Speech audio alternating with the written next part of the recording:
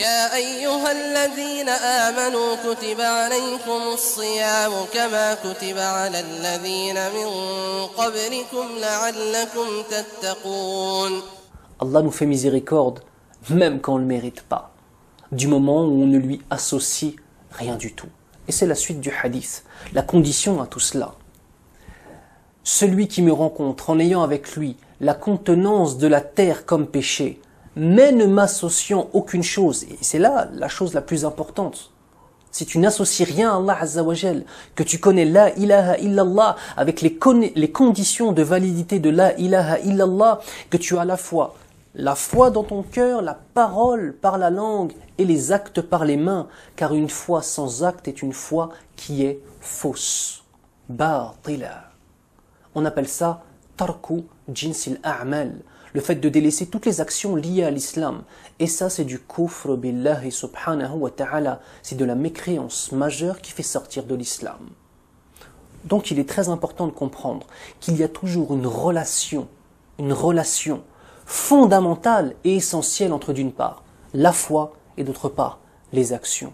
Donc celui qui rencontre Allah Azza wa Jal avec l'équivalent de tout ce qui pourrait remplir la terre en termes de péché, mais qui rencontre Allah Azza wa Jal en étant un muwahhid, celui qui n'associe rien à Allah Azza wa Jal, alors Allah Azza wa Jal nous dit, je le rencontre avec la contenance de la terre, comme absolution, comme pardon.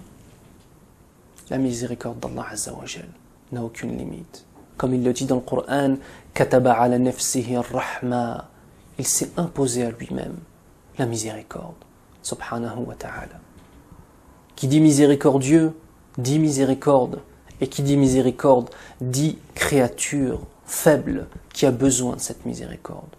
Ya ayyuhan nasu antumul fuqara'u ila Allah, wallahu huwal ghaniyyul hamid. Ô vous les hommes, vous êtes les indigents, les pauvres qui ne possédez rien, alors qu'Allah Azza wa Jal, lui, est le riche par excellence, celui qui mérite toute la louange. La miséricorde d'Allah Azza wa Jal est parfaite, pure et n'a aucune limite.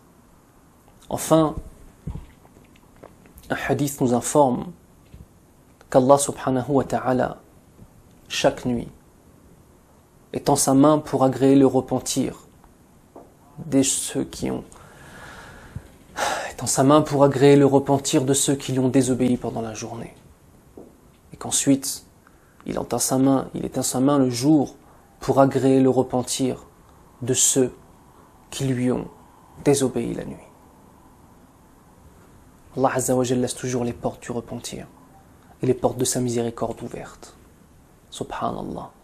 Et dans la fin du hadith, on nous informe que ce sera ainsi jusqu'à temps que le soleil se lève de l'Occident, c'est-à-dire la fin du monde.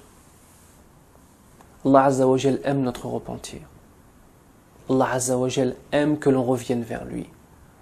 Et sa miséricorde englobe toute chose, une miséricorde parfaite qui n'a aucune limite. Alors que notre désobéissance ne cesse de s'étendre dans la communauté musulmane à travers le monde, la miséricorde de notre Seigneur ne cesse de s'étendre par le fait de faire revenir une autre partie de la population musulmane à son mode de vie qui est l'islam. Inna ad-dina 'inda Allah al-islam. Le seul mode de vie agréé par Allah Azza wa Jal, c'est l'islam. Alors plusieurs choses, mes frères et sœurs. Premièrement, rappelons-nous de cette miséricorde d'Allah Azza wa Jal envers nous, par le fait que nous soyons en train de dire la ilaha illallah et que nous soyons des musulmans. De même, quoi que tu aies fait dans ta vie, sache que potentiellement Allah Azza wa Jal peut tout te pardonner tant que tu es sincère envers lui et que tu remplis les 3 conditions dont nous avions parlé. Sache aussi que, tout comme toi tu espères la miséricorde d'Allah Azza wa Jal, il te faut toi faire miséricorde. Man la yarham, la yurham. Celui qui ne fait pas miséricorde, il ne lui sera pas fait miséricorde. C'est une règle. Al-jaza'u min jinsil a'mal. La récompense sera toujours de la même sorte que les actions que tu as eues dans cette vie d'ici-bas.